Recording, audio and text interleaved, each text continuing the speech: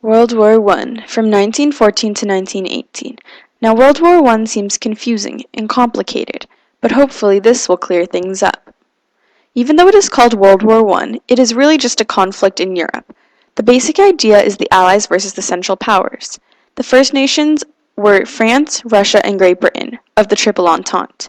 There was also Serbia, Belgium, and the US. In the Central Powers, there were Germany, Austria-Hungary, and Italy, of the Triple Alliance.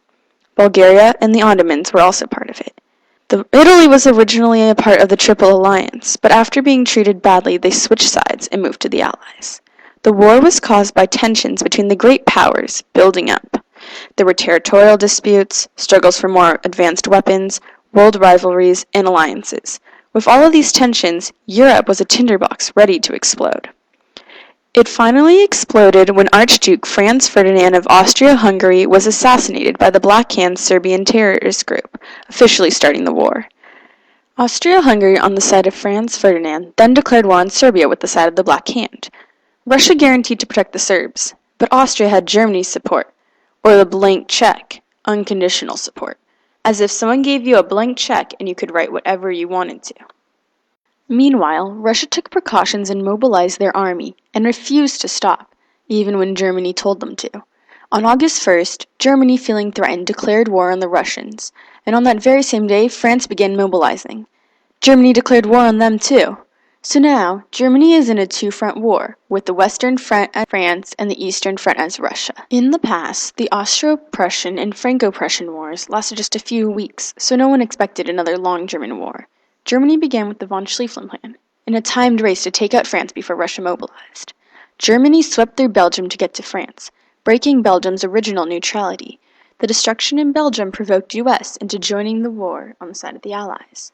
After crossing through Belgium, Germany was obviously weakened by the time they reached Paris. When they proceeded to the Marne River, they were attacked by the French army, and this was called the First Battle of the Marne. Now that Germany was weaker, they couldn't overtake Paris, and the Allies could not push the Germans back. This was called a stalemate, where both sides could take no further action.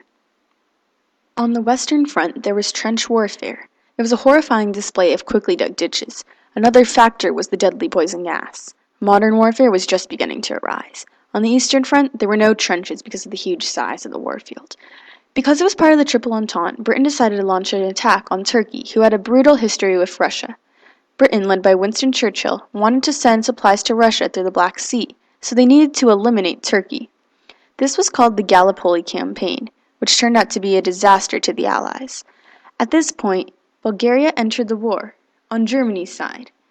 Later, they would help crush Serbia.